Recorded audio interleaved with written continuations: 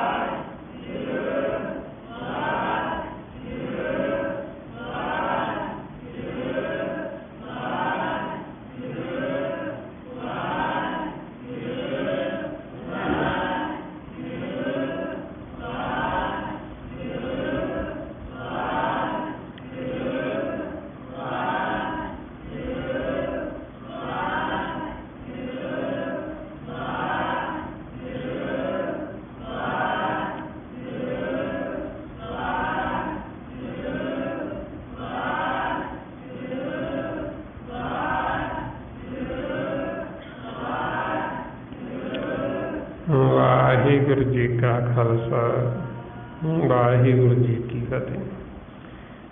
ਇਸ ਤਰੀਕੇ ਨਾਲ ਗੁਰਮੁਖੋ ਜਦੋਂ ਆਪਾਂ ਇਹ ਅਭਿਆਸ ਕਰਦੇ ਹਾਂ, ਮਾਲਕ ਦੇ ਗੁਣ ਗਾਉਂਦੇ ਹਾਂ, ਜਿਉਂ-ਜਿਉਂ ਆਪਾਂ ਇਹ ਅਭਿਆਸ ਕਰਾਂਗੇ, ਸਿਮਰਨ ਕਰਾਂਗੇ, ਤੇ ਉਦੋਂ ਆਪਣੇ ਵਿੱਚ ਉਹ ਗੁਣ ਨੇ ਜਿਹੜੇ ਮਾਲਕ ਵਾਲੇ ਉਹ ਆਉਣੇ ਸ਼ੁਰੂ ਹੋ ਜਾਂਦੇ।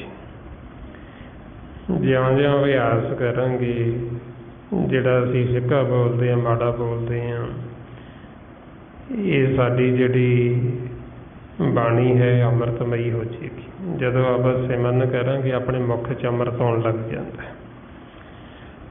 ਜਦੋਂ ਆਪਣੇ ਮੁੱਖ 'ਚ ਅੰਮ੍ਰਿਤ ਆਉਣ ਲੱਗ ਗਿਆ, ਆਪਣਾ ਮੁੱਖ ਹੈ ਜਿਹੜਾ ਮਿੱਠਾ ਹੋਣਾ ਸ਼ੁਰੂ ਹੋ ਜਾਏਗਾ। ਤੁਸੀਂ ਦੇਖੋਗੇ ਬਈ ਆਪਾਂ ਕੋਈ ਮਿੱਠੀ ਚੀਜ਼ ਨਹੀਂ ਖਾਧੀ, ਨਾ ਗੁੜ ਖਾਧਾ, ਨਾ ਖੰਡ ਖਾਧੀ, ਫਿਰ ਵੀ ਮੁੱਖ ਮਿੱਠਾ ਹੋਈ ਜਾ ਰਿਹਾ ਹੈ। ਉਦੋਂ ਫਿਰ ਕਹਿੰਦੇ ਵੀ ਇਹ ਬੜੇ ਭਾਗੀ ਹੋ ਗਏ ਨੇ, ਮਾਲਕ ਖੁਸ਼ ਹੋ ਕੇ ਆਪਣਾ ਜਿਹੜਾ ਮੁੱਖ ਹੈ ਇਹ ਮਿੱਠਾ ਕਰਦੇ ਨੇ, ਰਮਾਉਂਦੇ ਨੇ। ਸਹਿਜ ਆਨੰਦ ਹੋਆ ਬੜ ਭਾਗੀ, ਮਨ ਹਰ ਹਰ ਮੀਠਾ ਲਾਇਆ। ਜਨ ਕਹੇ ਨਾਨਕ ਲਾ ਪਹਿਲੀ, ਆਰੰਭ ਕਾਜ ਰਚਾਇਆ। ਜਦੋਂ ਆਪਣਾ ਮੁੱਖ ਮਿੱਠਾ ਹੋਣ ਲੱਗ ਗਿਆ, ਉਦੋਂ ਮਾਲਕ ਆਪਾਂ ਨੂੰ ਅਪਣਾ ਲੈਂਦਾ, ਆਪਣਾ ਕਾਰਜ ਆਰੰਭ ਹੋ ਜਾਂਦਾ, ਆਪਣੀ ਪਹਿਲੀ ਲਾਮ ਸ਼ੁਰੂ ਹੋ ਜਾਂਦੀ, ਸ਼ੁਰੂਆਤ ਇਸ ਮਾਰਗ ਦੇ ਉੱਤੇ ਚੱਲਣ ਲਈ। ਸੋ ਫਿਰ ਆਪਾਂ ਜਦੋਂ ਬੋਲਾਂਗੇ, ਜਦੋਂ ਸਾਡੇ ਮੁੱਖ 'ਚ ਅੰਮ੍ਰਿਤ ਆ ਗਿਆ, ਫਿਰ ਆਪਣੀ ਬਾਣੀ ਅੰਮ੍ਰਿਤਮਈ ਹੋ ਜਾਏਗੀ। ਫਿਰ ਆਪਾਂ ਫਿੱਕਾ ਨਹੀਂ ਬੋਲਾਂਗੇ। ਇਸੇ ਕਰਕੇ ਫਿਰ ਗੁਰਮੁਖਾਂ ਦੀ ਬਾਣੀ ਅੰਮ੍ਰਿਤਮਈ ਹੁੰਦੀ, ਤਾਈਓ ਜਦੋਂ ਬੋਲਦੇ ਉਹ ਮਿੱਠਾ ਹੀ ਬੋਲਦੇ, ਤੇ ਉਹ ਵਚਨ ਅੰਮ੍ਰਿਤਮਈ ਹੁੰਦੇ। ਇਸ ਕਰਕੇ ਜਦੋਂ ਆਪਾਂ ਉਹਨਾਂ ਨੂੰ ਸੁਣਦੇ ਹਾਂ, ਸੁਣਨ ਦੇ ਨਾਲ ਸਾਡੇ ਮਨ ਨੂੰ ਸ਼ਾਂਤੀ ਆਉਂਦੀ ਹੈ, ਸੁੱਖ ਮਿਲਦਾ। ਜਿਹੜਾ ਜੀਵ ਸਿਮਰਨ ਨਹੀਂ ਕਰਦਾ, ਉਹਦੇ ਮੁੱਖ 'ਚ ਅਗਨ ਰੱਖੀ ਹੁੰਦੀ ਕਾਲ ਨੇ। ਉਹ ਜਦੋਂ ਬੋਲਦਾ ਮੁੱਖ 'ਚੋਂ ਫਿੱਕਾ ਬੋਲਦਾ, ਮਾੜਾ ਬੋਲਦਾ, ਉਹਦੇ ਆਪਦੇ ਅੰਦਰ ਅਗਨ ਹੈ, ਤੇ ਉਹ ਦੂਸਰੇ ਦੇ ਅੰਦਰ ਵੀ ਅਗਨ ਲਾ ਦਿੰਦਾ ਹੈ। ਤੇ ਗੁਰਮੁਖ ਨੇ ਜਿਹੜੇ ਉਹ ਅੰਮ੍ਰਿਤਮਈ ਬੋਲਦੇ, ਉਹਨਾਂ ਦੇ ਅੰਦਰ ਆਪਦੇ ਅੰਮ੍ਰਿਤ ਆਉਂਦਾ ਹੈ। ਇਸ ਕਰਕੇ ਜਿਹੜਾ ਸੁਣਦਾ ਹੈ ਉਹਦੇ ਮਨ ਨੂੰ ਵੀ ਸ਼ਾਂਤੀ ਆਉਂਦੀ, ਉਹਨੂੰ ਵੀ ਸੁੱਖ ਮਿਲਦਾ ਹੈ। ਇਸ ਵਾਸਤੇ ਫਿਰ ਆਪਾਂ ਨੂੰ ਸਮਝਾਉਂਦੇ ਵੀ ਜਿਉਂ-ਜਿਉਂ ਅਸੀਂ ਇਸ ਮਾਰਗ ਦੇ ਉੱਤੇ ਚੱਲਾਂਗੇ, ਆਪਾਂ ਆਪ ਸੁਖੀ ਹੋ ਜਾਵਾਂਗੇ, ਫਿਰ ਆਪਾਂ ਹੋਰਾਂ ਨੂੰ ਸੁੱਖ ਦੇ ਸਕਦੇ ਹਾਂ। ਜੇ ਆਪਾਂ ਆਪ ਹੀ ਦੁਖੀ ਹਾਂ, ਆਪ ਹੀ ਸਾਡਾ ਮਨ ਅਸ਼ਾਂਤ ਹੈ, ਆਪ ਹੀ ਅਸੀਂ ਦੁੱਖ ਦਾ ਵੈਰ ਵਿਰੋਧ 'ਚ ਪਏ ਹੋਏ ਹਾਂ, ਫਿਰ ਆਪਾਂ ਆਖੀਏ ਵੀ ਅਸੀਂ ਕਿਸੇ ਨੂੰ ਸੁੱਖ ਦਈਏ। ਸੁੱਖ ਤਾਂ ਆਪਾਂ ਆਪ ਨਹੀਂ ਲੈ ਸਕਦੇ, ਤੇ ਦੂਸਰੇ ਨੂੰ ਫਿਰ ਆਪਾਂ ਕਿਵੇਂ ਸੁੱਖ ਦੇਵਾਂਗੇ? ਉਹੀ ਉਹ ਚੀਜ਼ ਆਪਾਂ ਦੇ ਸਕਦੇ ਕਿਸੇ ਨੂੰ ਜਿਹੜੀ ਆਪਣੇ ਕੋਲ ਹੈ। ਜਿਹੜੀ ਚੀਜ਼ ਆਪਣੇ ਘਰ ਦੇ ਵਿੱਚ ਹੈ ਹੀ ਨਹੀਂ, ਉਹ ਆਪਾਂ ਦੂਸਰੇ ਨੂੰ ਦੇ ਹੀ ਨਹੀਂ ਸਕਦੇ ਹੈ। ਇਸ ਵਾਸਤੇ ਫਿਰ ਜੇ ਆਪਾਂ ਆਪ ਸੁਖੀ ਹੋਵਾਂਗੇ, ਫਿਰ ਹੀ ਆਪਾਂ ਅੱਗੇ ਸੁੱਖ ਦੇ ਸਕਦੇ ਹਾਂ। ਜੇ ਆਪਾਂ ਆਪ ਹੀ ਦੁਖੀ ਹਾਂ, ਆਪ ਹੀ ਸਾਡਾ ਮਨ ਅਸ਼ਾਂਤ ਹੈ, ਤੇ ਫਿਰ ਤਾਂ ਅੱਗੇ ਦੁੱਖ ਹੀ ਦੇਵਾਂਗੇ। ਇਹੀਓ ਕਾਰਨ ਹੈ ਸੰਸਾਰ ਦੇ ਵਿੱਚ ਬਈ ਜੀਵ ਚਾਹੁੰਦਾ ਤਾਂ ਹੈਗਾ ਵੀ ਮੈਂ ਸੁੱਖ ਦੇਵਾਂ, ਉਹ ਸੁੱਖ ਦੇ ਨਹੀਂ ਪਾਉਂਦਾ, ਕਿਉਂਕਿ ਉਹਦੇ ਕੋਲ ਹੈ ਨਹੀਂ ਦੇਣ ਵਾਸਤੇ। ਜਿਵੇਂ ਮਾਤਾ ਪਿਤਾ ਚਾਹੁੰਦੇ ਅਸੀਂ ਬੱਚਿਆਂ ਨੂੰ ਸੁੱਖ ਦਈਏ, ਬੱਚੇ ਚਾਹੁੰਦੇ ਅਸੀਂ ਮਾਤਾ ਪਿਤਾ ਨੂੰ ਸੁੱਖ ਦਈਏ, ਪਰ ਹੈ ਸਾਰੇ ਦੁਖੀ। ਮਾਤਾ ਪਿਤਾ ਉਹ ਬੱਚਿਆਂ ਤੋਂ ਦੁਖੀ ਨੇ, ਬੱਚੇ ਕਹਿੰਦੇ ਅਸੀਂ ਮਾਂ ਪਿਓ ਤੋਂ ਦੁਖੀ ਹਾਂ, ਤੇ ਦੇਣ ਲੱਗੇ ਨੇ ਸੁੱਖ, ਤੇ ਉਹਨਾਂ ਤੱਕ ਪਹੁੰਚਦਾ ਹੀ ਨਹੀਂ, ਸੁਖੀ ਕੋਈ ਹੁੰਦਾ ਹੀ ਨਹੀਂ। ਉਹ ਤਾਈਓ ਨਹੀਂ ਹੁੰਦਾ ਕਿਉਂਕਿ ਸਾਡੇ ਕੋਲ ਹੈ ਨਹੀਂ ਦੇਣ ਵਾਸਤੇ, ਤਾਂ ਨਹੀਂ ਸੁਖੀ ਹੁੰਦਾ। ਜੇ ਸਾਡੇ ਕੋਲ ਹੋਏਗਾ, ਜਿਵੇਂ ਗੁਰਮੁਖਾਂ ਕੋਲ ਸੁੱਖ ਹੁੰਦਾ ਹੈ, ਜਦੋਂ ਆਪਾਂ ਉਹਨਾਂ ਕੋਲ ਜਾ ਕੇ ਬੈਠ ਹੀ ਜਾਂਦੇ ਹਾਂ, ਤਾਈਓ ਸਾਨੂੰ ਸੁੱਖ ਮਿਲਣਾ ਸ਼ੁਰੂ ਹੋ ਜਾਂਦਾ ਹੈ। ਇਸ ਵਾਸਤੇ ਫਿਰ ਆਪਾਂ ਨੂੰ ਸਮਝਾਉਂਦੇ ਵੀ ਪਹਿਲਾਂ ਆਪਾਂ ਆਪ ਸੁਖੀ ਹੋਈਏ, ਉਹਦੇ ਵਾਸਤੇ ਹੁਣ ਇਹ ਆਪਾਂ ਵੱਧ ਤੋਂ ਵੱਧ ਅਭਿਆਸ ਕਰੀਏ, ਗੁਰਬਾਣੀ ਗੁਰੂ ਨੂੰ ਪੜ੍ਹ ਕੇ ਵਿਚਾਰੀਏ, ਖੋਜੀਏ, ਅਤੇ ਵੱਧ ਤੋਂ ਵੱਧ ਸਤਸੰਗ ਕਰੀਏ। ਇਹ ਜੋ ਸਾਰਾ ਭੇਦ ਆਪਾਂ ਨੂੰ ਗੁਰਬਾਣੀ ਗੁਰੂ ਦੁਆਰਾ ਦਿੱਤਾ, ਗੁਰਮੁਖ ਜਨਾਂ ਨੇ, ਭਾਈ ਸਾਹਿਬ ਭਾਈ ਸੇਵਾ ਸਿੰਘ ਜੀ ਤਰਮਾਲਾ,